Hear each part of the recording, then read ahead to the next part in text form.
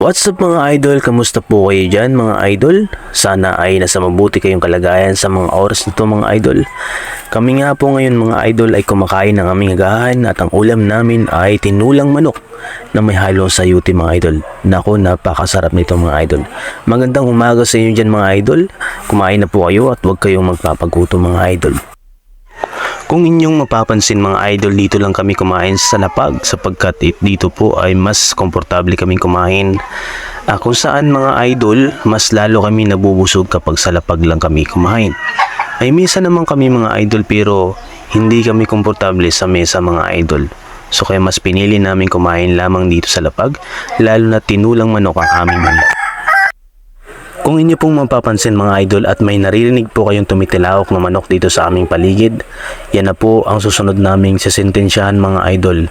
Tiyak, magsasama na sila ng kawali, bawang, tuyo, paminta at sibuyas mga idol bukas ng umaga.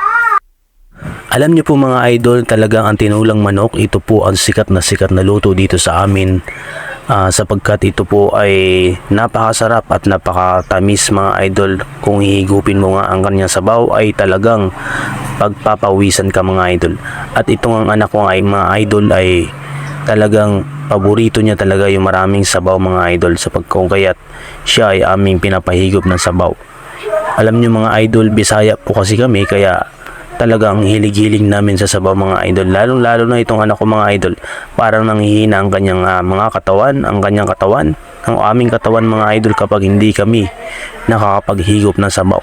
So, yan mga idol, iniihipan lang namin yung sabaw at bago ito isubo sa kanya.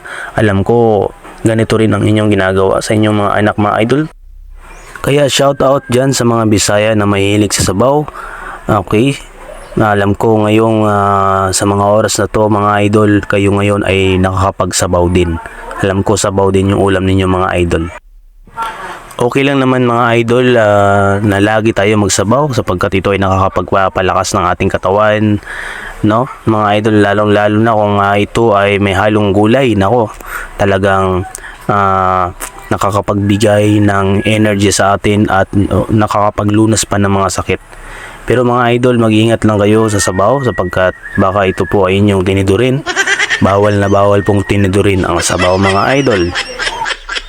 Sapagkat mga idol, kapag tinidurin nyo ang sabaw, aawas lang ito mga idol. Wala kayong makukuha at mahihigop mga idol. Kaya bawal na bawal sa mga idol. So, kailangan kutsara po mga idol ang gamitin ninyo at huwag po tinidor. Sa kabilang banda mga idol, alam kong alam nyo mga idol na ako po ay isang guro at alam nyo at nakikita nyo rin po ang aking pamumuhay na simple lang mga idol at ako ay napaka low profile lang na isang teacher mga idol.